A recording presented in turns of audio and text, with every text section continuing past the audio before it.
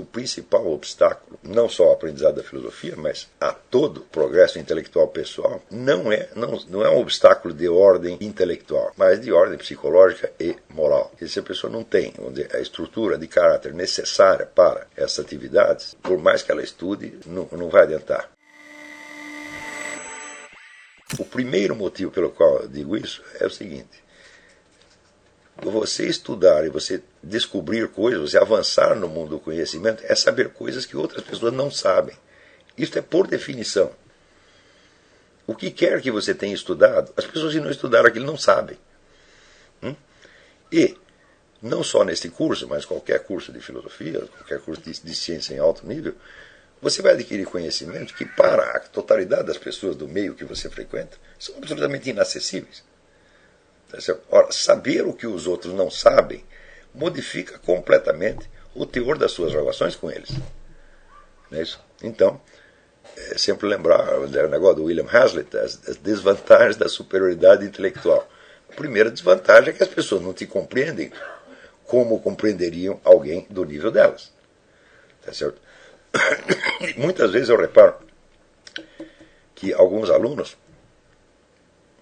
sofrem com isso, porque simplesmente não estavam avisados de que saber é saber o que os outros não sabem. Tá certo? Então, esperavam que os seus, vamos dizer, amigos, que, desprovidos de qualquer interesse intelectual superior, continuassem a compreendê-los e amá-los como faziam antes. Eu digo, isso é absolutamente impossível. Isto não existe. Então, num primeiro momento, sentindo-se então rejeitados pelo seu meio, as pessoas ou carregam, vamos dizer, uma solidão terrível, se sentem angustiadas, ou então buscam algum outro grupo de referência. Já vou voltar a este assunto daqui a pouquinho. Tá certo? Mas, por enquanto, deixa eu dizer como é que a aquisição de conhecimento, como é que a elevação do seu nível intelectual modifica as suas relações com outras pessoas. Né?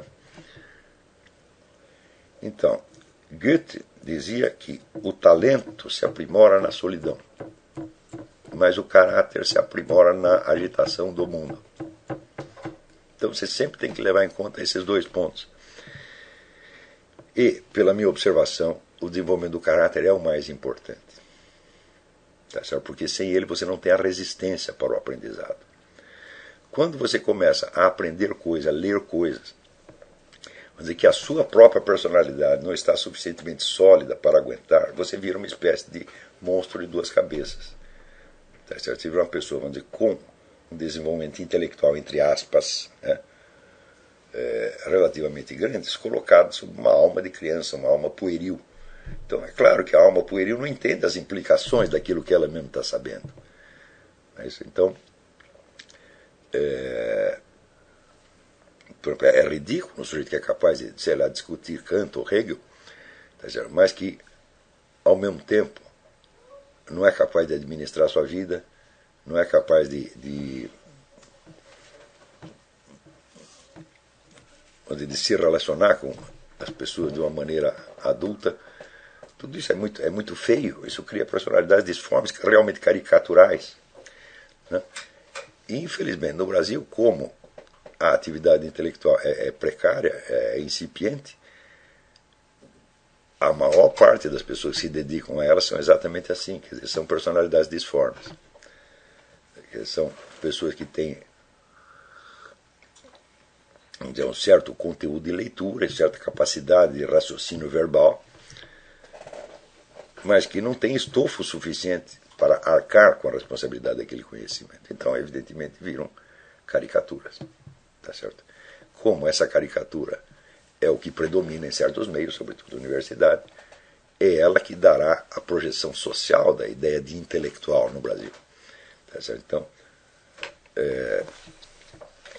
e é evidente que nós não podemos nos deixar guiar por essa caricatura. Não é isso que nós queremos ser quando crescemos. Né? Então, um ponto fundamental para esse aprendizado é que você aprenda a se relacionar com as mesmas pessoas com quem você se relacionava antes, com os mesmos meios sociais, só que de uma outra maneira. Antes você era um igual, as pessoas gostavam de você porque sentir que você tinha os mesmos objetivos, os mesmos valores, a mesma linguagem, as mesmas preocupações, as mesmas emoções, etc. Então havia aquela identificação fácil desde um primeiro momento. Mas a partir da hora que você começa a ter outros conteúdos e outras preocupações que eles não compreendem, você já está no meio destas pessoas como alguém que está investido de uma responsabilidade para com eles. Então, regra número 1. Essa pessoa não tem nenhuma obrigação de compreender você. Você é que tem a obrigação de compreendê-las. Isto é absolutamente fundamental. Né? Não espere compreensão. Dê compreensão. Compreensão significa paciência com a burrice alheia, né? E, ao mesmo tempo, nenhuma cumplicidade com a burrice alheia. Se as pessoas não te compreendem, bom, você as compreende, então você está colocado como se fosse um pai perante seus filhos, ou como se fosse um psiquiatra perante os seus louquinhos, ou um professor perante os seus alunos de primeiro ano primário. As pessoas estão se tornando crianças em relação a você. Se você não assume esta diferença de nível de consciência, agora você não amadurece. Tá certo? Quer dizer, uma das características do homem maduro é precisar de pouca afeição e pouca compreensão e ser capaz de dar muita. Ao contrário, quando você é criancinha ou adolescente, né, você oferece pouca compreensão, mas você precisa de muita. Você precisa de muita afeição, você precisa se sentir aceito. Por quê? Porque você ainda não tem solidez. Você está como, vamos dizer, uma massa amorfa, né, incerta, feita de geleia, que precisa a todo momento ser solidificada por algum fator externo. Né?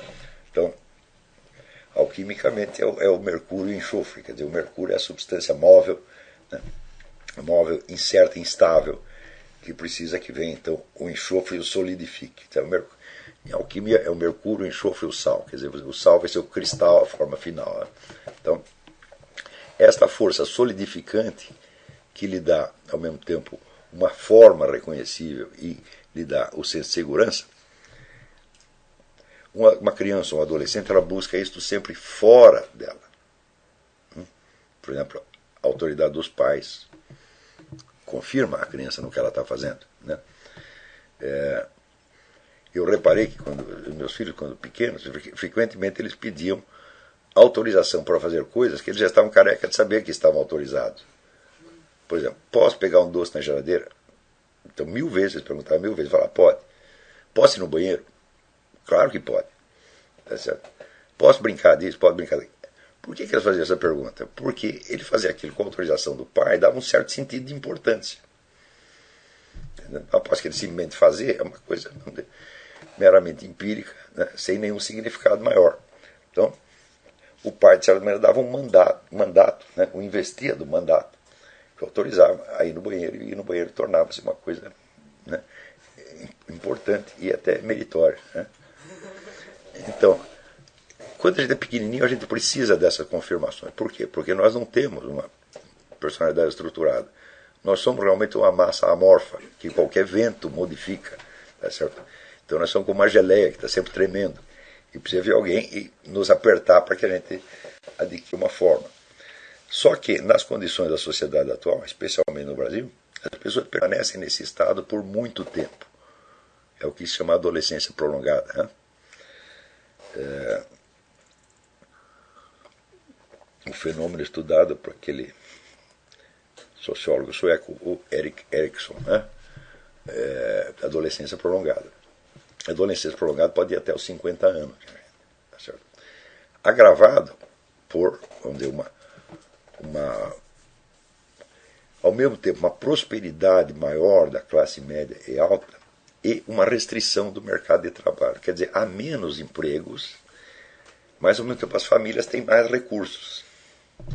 Então, vamos dizer, o pai está ganhando mais dinheiro, né? Então ele pode sustentar você, mas você não encontra um emprego para você. Ou não encontra um emprego porque o mercado de trabalho se restringiu, ou porque o mercado de trabalho está exigindo mais qualificações do que você tem. Certo? Então, na minha geração, que é do pessoal que está hoje com 60 anos, o normal era você, aos 16, 17 anos, você está fora de casa e trabalhando. E hoje não, a gente vê, né, garotos de 40 anos ainda dependendo do pai e da mãe. Tá certo? Ou, ao contrário, você vê pessoas que até têm vamos dizer, uma vida econômica relativamente independente, mas que psicologicamente são muito dependentes de uma autoridade externa, de uma confirmação externa.